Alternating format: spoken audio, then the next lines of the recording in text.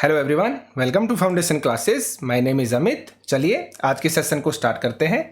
देखिए, हमने सीटेट के जो पीवाईक्यू क्वेश्चंस हैं उनकी सीरीज स्टार्ट कर रखी है, जिसमें मैं आपको 2011 से लेकर 2023 तक आपके जितने भी सीटेट के एग्जाम हुए हैं उनके ओरिजिनल जो क्वेश्चंस हैं वो करवा रहा हूँ। ठीक है, तो हमारी हिंदी के अंदर 7 सेट हम करवा चुके हैं और ये हमारा सेट नंबर 8 है। आप एक चीज़ को याद रखिए, किसी भी एग्जाम को क्रैक करने के लिए जो पीवाईक्यू क्वेश्चंस होते हैं वो मोस्ट इंपॉर्टेंट होते हैं, चाहे आपकी कितनी भी तैयारी हो। लेकिन अगर आपने पीवाईक्यू क्वेश्चंस यानी कि प्रैक्टिस नहीं की है तो आपको कहीं ना कहीं लॉस होना 100% श्योर है।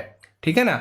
ये प्रैक्टिस सेट 20 से 25 मिनट के मैक्सिमम होते हैं। ठीक है, आपको डेली इनको करना चाहिए और इनका रिजल्ट आपको एग्जाम के अंदर देखने को मिलेगा अगर आपको कितनी ज्यादा हेल्प मिलती है। ठीक है, तो चलिए आज के सेशन को स्टार्ट करते हैं। आज का जो हमारा पेपर है वो दिसंबर 2018 के अंदर आपका आया हुआ पेपर है। ठीक है, इसमें मैं आपको जो हिंदी के पेडागोजी के क्वेश्चन है 15 क्वेश्चन, मैं वो आपको करवाने वाला हूं। ठीक है, तो चलिए देखते हैं। आपका फर्स्ट क्वेश्चन है, प्राथमिक स्तर पर हिंदी भाषा सिखाने के लिए सबसे अधिक जरूरी क्या है। देखिए, प्राथमिक स्तर की बात हो रही है। अगर प्राथमिक स्तर पर आप बच्चे को हिंदी भाषा सिखाने चाहते हैं तो सबसे अधिक जरूरी क्या है। देखिए, भाषा शिक्षक का भाषा ज्ञान। आगे चलते हैं, कक्षा में रंगीन पाठ्य पुस्तकें, कक्षा में प्रिंट समृद्ध परिवेश या फिर कक्षा में लिखित आकलन। देखिए, आप जब भी इन क्वेश्चंस को करेंगे ना तो आप हमेशा एक चीज याद रखना, सीटेट के अंदर अप्लाइड क्वेश्चंस आते हैं, इसलिए आपको सभी ऑप्शंस का पढ़ना बहुत ज्यादा जरूरी है। ठीक है, क्योंकि हमें यहाँ पर बेस्ट आंसर को चुनना होता है। आपको जितने भी ऑप्शंस मिलेंगे ना, हो सकता है सारे ही सही हों, लेकिन हमें चुनना होता है बेस्ट। इसलिए आपको हर एक ऑप्शंस को पढ़ना है अच्छे से और तब आपको आंसर देना है। ठीक है, अब देखिए, आप भाषा शिक्षक का भाषा ज्ञान, भाई कहीं ना कहीं ये भी सही है। कक्षा में रंगीन पाठ्य पुस्तकें, ये भी सही है कहीं ना कहीं। ठीक है, कक्षा में प्रिंट समृद्ध परिवेश, ये भी सही है आपका। और कक्षा में लिखित आकलन, ये भी क्या है, हिंदी भाषा को सिखाएगा। भाई सीधी सी बात है। तो सबसे बेस्ट आंसर क्या होगा, कक्षा में प्रिंट समृद्ध परिवेश, यानी कि आपके आसपास जो आप भाषा सिखाना चाहते हो ना उसका परिवेश बना दीजिए, उसका पर्यावरण बना दीजिए आसपास, कि बच्चा उसी लैंग्वेज को सुने। इससे क्या होगा, बच्चे को एक प्रिंट समृद्ध परिवेश मिलेगा और बच्चा ज्यादा आसानी से और ज्यादा जल्दी सीख पाएगा। ठीक है, तो यहां पर जो हमारा बेस्ट आंसर है वो क्या होगा, आंसर नंबर 3। आगे चलते हैं, बच्चे बोलचाल की भाषा का अनुभव लेकर विद्यालय आते हैं, इसका अर्थ क्या है, इसका निहितार्थ क्या है। देखिए, आप बच्चों को बोलचाल की भाषा नहीं सिखाई जाए, गलत है भाई। आगे देखते हैं, बच्चों की बोलचाल की भाषा को सुधारा जाए, ये भी आपका गलत है। आगे देखते हैं, बच्चों के भाषाई अनुभवों का उचित प्रयोग किया जाए, क्योंकि देखिए क्या बोला जा रहा है, अगर बच्चे हैं ना भाषा का अनुभव लेकर विद्यालय आ रहे हैं तो नॉर्मल सी बात है, अनुभव उन्हें पहले ही है। आप उन अनुभवों का सही जगह पर प्रयोग कीजिए, उचित प्रयोग कीजिए। आगे देखते हैं, बच्चों के भाषाई अनुभव को कक्षा के बाहर रखा जाए, ये तो गलत है भाई। ये तो कहा जाता है अगर बच्चे को आप किससे जोड़िए, उसके बाहरी जीवन को और स्कूल के जीवन को, दोनों को एक कीजिए, तो ये तो आपका ऑप्शन नहीं हो सकता। तो यहां पर हमारा जो राइट ऑप्शन है क्या होगा, ऑप्शन नंबर 3। आगे चलते हैं, भाषा सीखने सिखाने में आप किसे सबसे अधिक महत्वपूर्ण मानते हैं, यानी कि आप भाषा सिखाना चाहते हो बच्चे को, तो आपके अनुसार सबसे अधिक महत्वपूर्ण क्या है। देखिए, आप संज्ञानात्मक विकास यानी कि कोग्निटिव डेवलपमेंट, उसके बाद आता है आपका सामाजिक अंतःक्रिया, उसके बाद आपके बात होती है दृश्य श्रव्य सामग्री की या फिर बाल साहित्य की। देखिए, आप नॉर्मल सी बात है, कोग्निटिव डेवलपमेंट को भी आप कैंसिल कर दोगे, आप मेरे को पता है इसको आप नेग्लेक्ट कर दोगे। दृश्य श्रव्य सामग्री है उसको भी आप नेग्लेक्ट कर दोगे। आप कंफ्यूज होंगे दो के अंदर, एक तो सेकंड नंबर पे और एक फोर्थ पे। तो यहां पर आप याद रखना, हमने वाइगोत्स की थ्योरी के अंदर पढ़ा था, अब बच्चे कैसे सीखते हैं भाषा, सामाजिक अंतःक्रिया द्वारा, यानी कि एक दूसरे से बातचीत करके बच्चे ज्यादा आसानी से और ज्यादा अच्छे से सीखते हैं। ठीक है, तो यहां पर हम बाल साहित्य के बजाय किसको ज्यादा प्रेफरेंस देंगे, आंसर नंबर 2 को, यानी कि सामाजिक अंतःक्रिया को। तो हमारा जो राइट आंसर होगा वो क्या होगा, आंसर नंबर 2। ठीक है, आगे चलते हैं,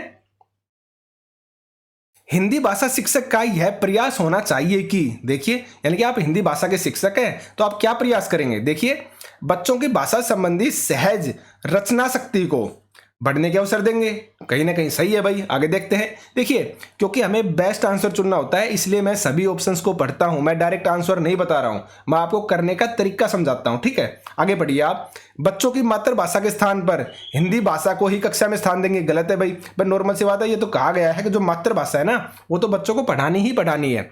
यहां तक कि जो आपका एनसीएफ 2005 है वो 5th क्लास तक पढ़ाने की बात करता है, लेकिन आपकी एनईपी 2020 है वो ये कहती है कि आप 5th क्लास तक भी, आप 8th क्लास क्लास तक भी, और अगर इसके आगे भी पॉसिबल है ना तो भी आप बच्चे को मातृभाषा में ही करवाइए। तो ये तो गलत हो गया। आगे देखिए, बच्चों द्वारा मानक भाषा का ही प्रयोग करने के अवसर दें, गलत है भाई, यानी कि एक स्टैंडर्ड लैंग्वेज की बात कर रहा है कि सिर्फ और सिर्फ आप उसको ही यूज करवाइए, ये भी गलत है। आगे देखिए, बच्चों को शिक्षाप्रद बाल साहित्य पढ़ने की भरपूर अवसर दे।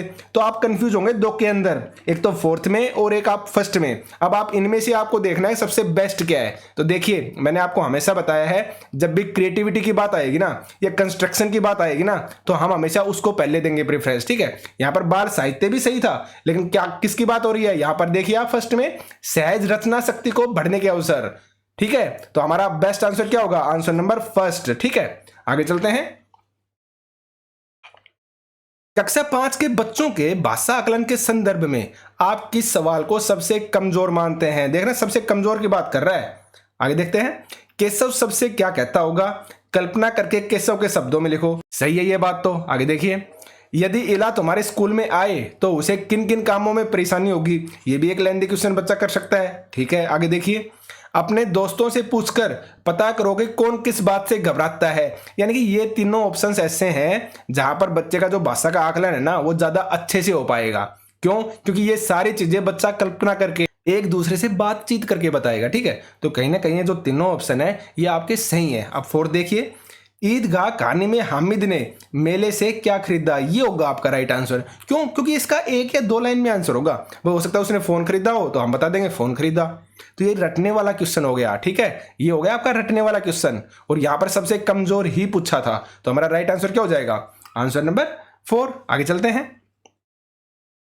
डैश भाषा का अति महत्वपूर्ण प्रकार ये है। अब देखिए, सुनना भाषा का है या फिर अक्षर ज्ञान है भाषा का, या फिर संप्रेषण आता है या फिर लेखन आता है। यहां पर हमारा राइट आंसर क्या होगा, आंसर नंबर 3। अगर आपको पता हो, मैंने बताया है संप्रेषण का मतलब होता है आपका कम्युनिकेशन,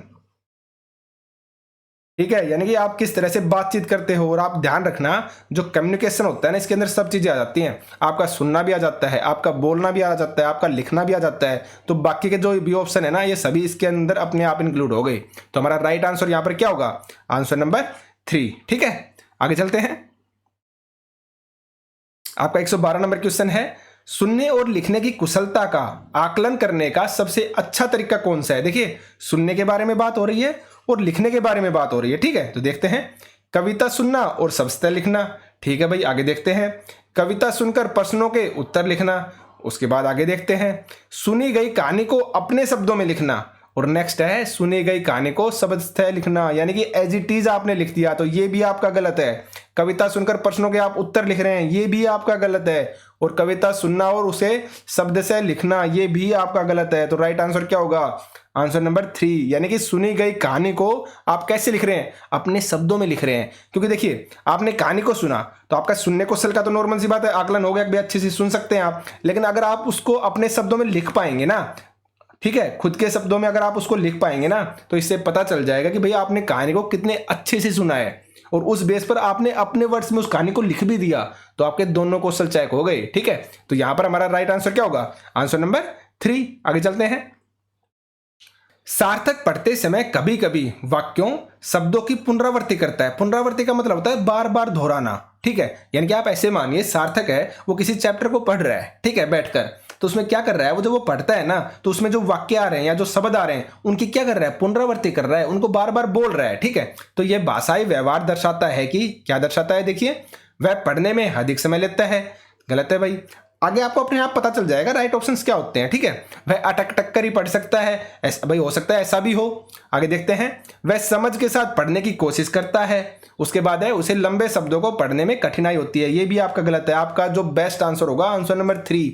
आपने खुद नोटिस किया होगा, जब हम किसी वाक्य को पढ़ते हैं ना तो नॉर्मल सी बात है, अगर वह हमें समझ में नहीं आता है तो हम उसको दोबारा पढ़ते हैं, उसको बार बार दोहराते हैं। आप हमेशा इस चीज़ को याद रखना, जब भी आप खुद प्रैक्टिकल सोचिए, जब आप किसी चीज़ को याद कर रहे हैं और वो आपको याद नहीं हो रही तो आप क्या करते हैं, बार बार उस चीज़ को दोहराते हैं ना, पुनरावृत्ति करते हैं ना। तो इसलिए बोला गया है, वह क्या करने की कोशिश कर रहा है, वह समझ के साथ पढ़ने की कोशिश कर रहा है, ठीक है। तो यहां पर हमारा आंसर क्या हो जाएगा, आंसर नंबर 3। आगे चलते हैं। हिंदी भाषा में आकलन का उद्देश्य नहीं है, देखिए नहीं है पूछा है। देखिए आप, बच्चों की भाषा प्रगति को अभिभावकों और अन्य शिक्षकों को बताना। भाई आगे देखते हैं, भाषा सीखने के संदर्भ में प्रत्येक बच्चे की विशेष आवश्यकता की पहचान करना, ये भी कहीं ना कहीं चलो हो सकता है। आगे देखते हैं, भाषा सीखने सिखाने की प्रक्रिया को उन्नत बनाना, ये भी हो सकता है। आगे देखिए, बच्चे की भाषागत त्रुटियों की ही पहचान करना। देखिए नहीं है, पूछा है, तो आपका राइट आंसर क्या होगा? आंसर नंबर 4, ठीक है, क्योंकि बच्चों की भाषागत त्रुटियों की ही पहचान करना, सिर्फ और सिर्फ हमें त्रुटियों की पहचान नहीं करनी होती, हमें बच्चे को सिखाना होता है, हम सिखाने पर बल देते हैं, ठीक है ना। तो इसलिए हमारा हिंदी भाषा आकलन का उद्देश्य क्या नहीं है?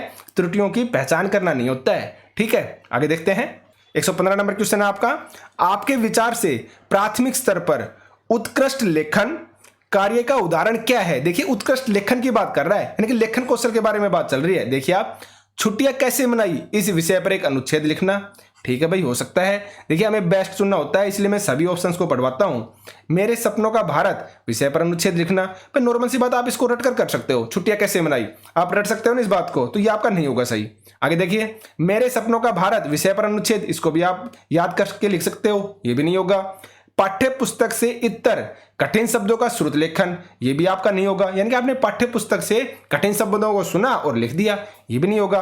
आगे देखिए ऑप्शन नंबर 4, किसी आंखों देखी घटना का लिखित वर्णन करना, यानी कि आपके सामने कोई घटना हुई है और उस घटना को जब आप अपने शब्दों में लिख देते हैं ना, तो वो है आपका लेखन, ठीक है, यानी कि आप समझ कर लिख रहे हो चीजों को, तो वो आपका बेस्ट ऑप्शन होता है। तो हमारा यहां पर आंसर क्या होगा? Answer number 4। आगे चलते हैं, भाषा सीखने के संदर्भ में कौन सा कथन सही है? देखिए आप, बच्चों में भाषा अर्जित करने की जन्मजात क्षमता होती है, 100% राइट है, क्योंकि किसने बोली थी ये बात? ये आपके चॉम्स्की ने बोली थी, एक साइकोलॉजिस्ट हुए हैं, ये भाषा के ही साइकोलॉजिस्ट हैं। इन्होंने बोला था कि जो बच्चे हैं ना, भाषा अर्जित करने की जन्मजात क्षमता के साथ पैदा होते हैं, इनके दिमाग में एक यंत्र होता है, भाषा यंत्र होता है, जिसकी वजह से ये खुद ही व्याकरणिक नियम भी बना लेते हैं, ठीक है।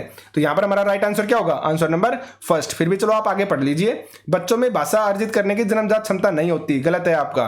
बच्चे विद्यालय आकर ही भाषा सीखते हैं, गलत है भाई, पहले से सीख चुके होते हैं बच्चे, वो अपने अनुभवों के साथ आते हैं, हम पढ़ चुके हैं इन चीजों के बारे में। आगे देखिए, बच्चे विभिन्न संचार माध्यमों से ही भाषा सीखते हैं, ये भी आपका क्या है? गलत है। आपका बेस्ट आंसर क्या होगा? Answer number 1। आगे चलिए, डिस्ग्राफिया से प्रभावित बच्चों को मुख्य रूप से खालिस्तान में कठिनाई होती है। डिस्ग्राफिया, ग्राफिया यानी कि ग्राफ, मैं इन चीजों को थ्योरी क्लासेस में अच्छे से बहुत ही डिटेल में करवा चुका हूं। डिस्ग्राफिया का मतलब क्या होता है? ग्राफ यानी कि लिखना, तो किससे रिलेटेड हो गया? लिखने से रिलेटेड हो गया। पढ़ने से रिलेटेड क्या होगा आपका? डिसलेक्सिया, मैं आपको ये चीजों के बारे में बता चुका हूं, ठीक है। बोलने से संबंधित क्या होता है? डिस्फेजिया, यानी कि स्पीच रिलेटेड प्रॉब्लम्स आपकी, ठीक है। आगे देखिए, प्राथमिक स्तर की हिंदी भाषा की पाठ्य पुस्तक में आप किसे सर्वाधिक महत्वपूर्ण मानते हैं? देखिए प्राथमिक स्तर की बात हो रही है, बहुत प्रसिद्ध लेखकों की प्रसिद्ध रचनाएं, गलत है भाई। नैतिक मूल्यों वाली कहानी एवं कविताएं, हाँ ये कहीं ना कहीं आपका हो सकता है। फिर भी आप आगे देखिए, बहुतायत में दिए गए अभ्यास कार्य, गलत है भाई। अधिकता किसी भी चीज की हो खराब होती है हमेशा, तो बहुतायत का मतलब हो गया अधिकता में, तो ये भी आपका गलत हो गया। आगे देखिए, हिंदी भाषा को विविध रूप देने वाली रचनाएं, आपका बेस्ट आंसर क्या होगा? आंसर नंबर 4, ठीक है, क्योंकि विविध रचनाओं के अंदर सब कुछ आ जाता है, आपकी कहानी भी आ गई, आपके कविता भी आ गई, और भी जो भी चीजें होती है ना, जो रचनात्मक होती हैं, वो सारी चीजें आपकी हिंदी रचनाओं में आ चुकी हैं। तो यहां पर हमारा राइट आंसर क्या होगा? Answer number 4। आगे चलते हैं, बहुभाषिक कक्षा में बच्चों की भाषाएं, देखिए संसाधन के रूप में कार्य कर सकती हैं। देखिए हमने बहुभाषिकता जो चैप्टर पढ़ा था, मैं थ्योरी करवा चुका हूं, मैं फिर बार बार बोल रहा हूं, उनसे बाहर एक भी क्वेश्चन नहीं आ रहा है, देख सकते हैं आप। तो आप 30 में से 30 लोग हैं हिंदी के अंदर, आप देखिए उन थ्योरी क्लासेस को आप जाकर देखिए अच्छे से, ठीक है। बहुभाषिकता की बात हो रही है, देखिए आप संसाधन के रूप में कार्य कर सकती है, 100% राइट है भाई। आगे देखते हैं, शिक्षक के लिए बेहद जटिल चुनौती है, गलत है। आकलन की प्रक्रिया को बाधित करती है, गलत है। भाषा सीखने की प्रक्रिया को बाधित करती है, गलत है। मैंने हमेशा आपको बताया जो बहुभाषिकता होती है ना, इनकी डाइवर्सिटी होती है ना, वो हमारे लिए एक अवसर की तरह होती है, हमारे लिए एक साधन की तरह होती है, हमारे लिए एक संसाधन की तरह होती है, ठीक है। तो हमारा राइट आंसर क्या होगा? Answer number 1। आगे देखिए, भाषा सीखने और भाषा अर्जित करने में अंतर का जो मुख्य आधार है ना, वो क्या है? एक तो होता है भाषा को सीखना और एक होता है भाषा को अर्जित करना, और मैंने इन दोनों के बारे में डिफरेंस भी करवाया। हमारी जो फर्स्ट वीडियो थी हिंदी की, उसमें मैंने यही करवाया था, जो थ्योरी क्लासेस है, प्लेलिस्ट में आपको मिल जाएंगे, आप जाकर देखिए। तो वहां पर जो हमारा फर्स्ट टॉपिक था ना, वो यही था, भाषा सीखने और भाषा अर्जित करने में अंतर क्या होता है। तो मैंने वहां पर आपको बताया था, जो भाषा सीखना होता है ना, वो एक नियम के अनुसार होता है, आप क्लास में, आप कक्ष में जाकर भाषा को सीखते हैं। लेकिन जो भाषा अर्जित करना होता है ना, वो नॉर्मल होता है, नेचुरल होता है, ठीक है, उसमें आपको फोर्सफुली कुछ भी नहीं करना पड़ता। तो देखिए यहाँ पर भाषा के पाठ्य पुस्तकें, आगे देखिए भाषा का लिखित आकलन, ये भी नहीं है, भाषा का उपलब्ध परिवेश और भाषा की जटिल संरचनाएं। आपका बेस्ट आंसर क्या होगा? Answer number 3। यानी कि नॉर्मल सी बात है, भाषा अर्जित कब की जाती है? सिर्फ और सिर्फ आपको उस टाइप का परिवेश चाहिए तो आप भाषा अर्जित कर लेंगे। और भाषा सीखने में भी क्या होता है? परिवेश की ही जरूरत होती है, लेकिन वो आपका कक्ष में होता है, ठीक है। तो दोनों में क्या होता है डिफरेंस? भाषा का उपलब्ध परिवेश, ठीक है। तो यहां पर जो हमारा राइट आंसर है क्या हो जाएगा? Answer number 3। तो देखिए हमारे पेडागोजी के 15 क्वेश्चन थे। ऐसे ही हम डेली जो प्रैक्टिस सेट है वो करवा रहे हैं। 15 से 20 मिनट की ये वीडियो होती हैं, आप इनको देखिए, आप खुद कॉन्फिडेंस फील करेंगे। एग्जाम के अंदर मैं लिखकर आपको दे रहा हूं, 100% आपको इन चीजों का रिजल्ट मिलेगा ही मिलेगा, ठीक है ना। तो चलिए आज के सेशन में सिर्फ इतना ही। Thank you.